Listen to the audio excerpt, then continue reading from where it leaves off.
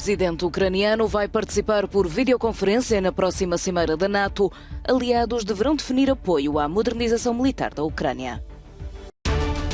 Líderes europeus e dos Balcãs Ocidentais reunidos em Bruxelas para discutirem os progressos da adesão destes países à União Europeia. Emmanuel Macron pediu às diferentes forças políticas para clarificarem posições para que o país não caia num impasse político. Chuvas torrenciais dificultam operações de busca e salvamento no Afeganistão. Organizações internacionais tentam chegar a locais afetados pelo terremoto. Volodymyr Zelensky vai participar por videoconferência na próxima cimeira da NATO em Madrid no final do mês. O governo espanhol tinha já expresso a solidariedade com Kiev durante uma visita do primeiro-ministro Pedro Sánchez à capital ucraniana em abril. Agora, apesar da adesão da Ucrânia à aliança permanecer fora da mesa, Espanha esclarece a pertinência do convite ao presidente ucraniano. Do encontro vai resultar a adoção de um novo conceito estratégico de defesa para a próxima década. De acordo com o gabinete presidencial espanhol, o conflito na Ucrânia e a invasão russa vão ter um papel destacado no documento final. O destaque foi já confirmado pelo secretário-geral da NATO. Jens Stoltenberg disse esperar que os aliados determinem em Madrid as medidas que permitam à Ucrânia modernizar o equipamento militar proveniente da era soviética e, pelo caminho, deixa uma mensagem aos reticentes. O preço que nos arriscamos a pagar se Putin conseguir o que quer usando a força militar contra um Estado democrático independente na Europa será muito mais elevado do que o que pagamos hoje por apoiar a Ucrânia. Moscou alega que ataques de alta precisão causaram 500 baixas entre as tropas ucranianas esta quarta-feira num estaleiro naval em Mykolaiv. A cidade voltou a ser alvo de bombardeamentos. 2 terminais portuários para armazenamento de cereais foram destruídos. O Kremlin nega ainda que a Ucrânia tenha penetrado as defesas aéreas russas através de um ataque de drones a uma refinaria de petróleo. Moscou afirma que o episódio foi antes um ato terrorista.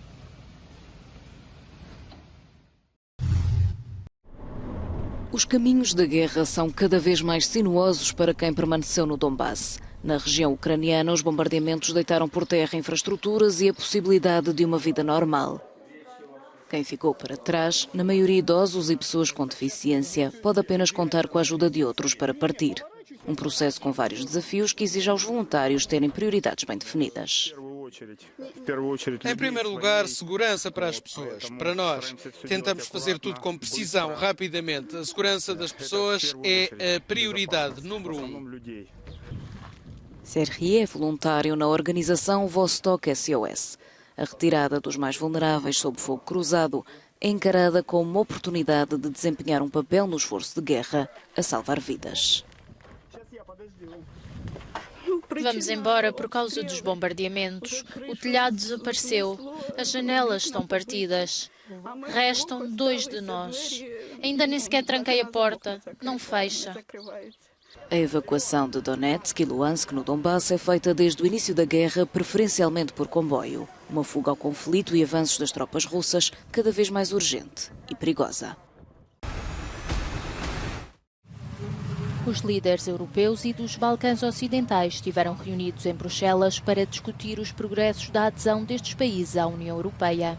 A Albânia, Bósnia-Herzegovina, Kosovo, Macedónia do Norte, Montenegro e Sérvia aguardam há vários anos para fazer parte do bloco comunitário.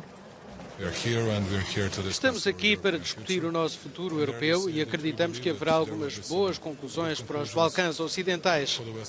Se acontecer é bom e se não acontecer não importa. Estamos profundamente gratos à União Europeia por investir nos nossos países, por doar enormes quantias.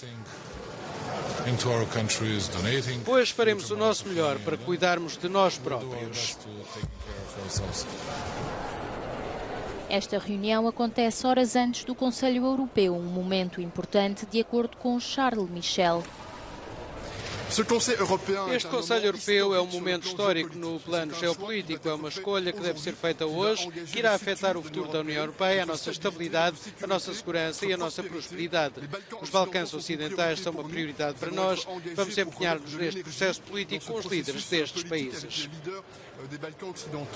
Para além da questão dos Balcãs Ocidentais, os líderes dos 27 vão decidir nesta cimeira de 2 dias o futuro da candidatura da Ucrânia ao Bloco Europeu, bem como da Moldávia e da Geórgia. Um reforço do apoio à Ucrânia também é um dos temas que está em cima da mesa. O presidente francês quebrou o silêncio esta quarta-feira após as legislativas de domingo, em que obteve apenas uma maioria relativa.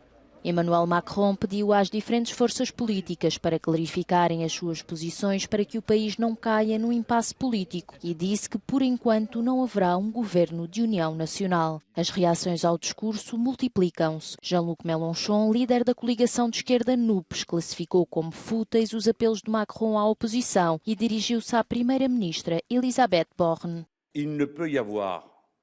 A realidade é só uma. O Executivo é fraco. E a Assembleia Nacional tem a força da legitimidade concedida pelas recentes eleições. A Primeira-Ministra, como em todas as democracias do mundo, deve comparecer perante a Assembleia Nacional e pedir a confiança dos deputados. Se não tiver essa confiança, deve demitir-se. Marine Le Pen, líder da extrema-direita, que conseguiu um resultado histórico nas legislativas, já disse que os 89 deputados da União Nacional nunca se juntarão a uma coligação macronista que, acrescentou, implementa políticas que o partido pretende combater. A coligação Juntos de Macron ficou a 44 lugares da maioria absoluta. Para governar com tranquilidade e levar a cabo o seu projeto político, o presidente precisa de encontrar alianças. Depois do terremoto, o temporal. A chuva intensa que durante a noite caiu sobre o Afeganistão veio dificultar ainda mais as já complicadas operações de busca e salvamento de sobreviventes no leste do país. O sismo de 6.1 na escala de Richter matou até ao momento cerca de 1000 pessoas. É o mais mortífero das últimas 2 décadas, mas as autoridades temem que o balanço não fique por aqui. Cerca de 2.000 a 2.500 casas foram totalmente destruídas e muitas pessoas ficaram feridas. Todas as casas foram destruídas e agora precisamos de tendas e todos os outros artigos necessários. A chegada de ajuda tem pela frente um rio de obstáculos, entre caminhos difíceis e estradas cortadas, quer pelo terremoto, quer pelas inundações. Há uma operação de busca e salvamento em curso e foram dados alguns materiais médicos. O Conselho Norueguês para os Refugiados está hoje a avaliar a situação na província de Host e amanhã vamos juntar-nos a outras agências para avaliar a situação em Paktika.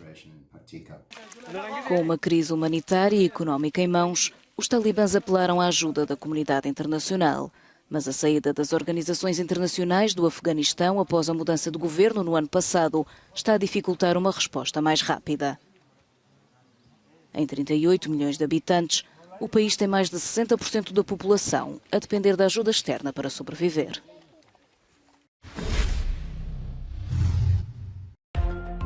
Andrea Prudente, uma turista americana de férias em Malta, está a viver um autêntico pesadelo. Grávida de 16 semanas, foi internada com uma hemorragia grave, mas os médicos recusaram-se a interromper a gravidez. Malta é o único país da União Europeia que proíbe o aborto em quaisquer circunstâncias.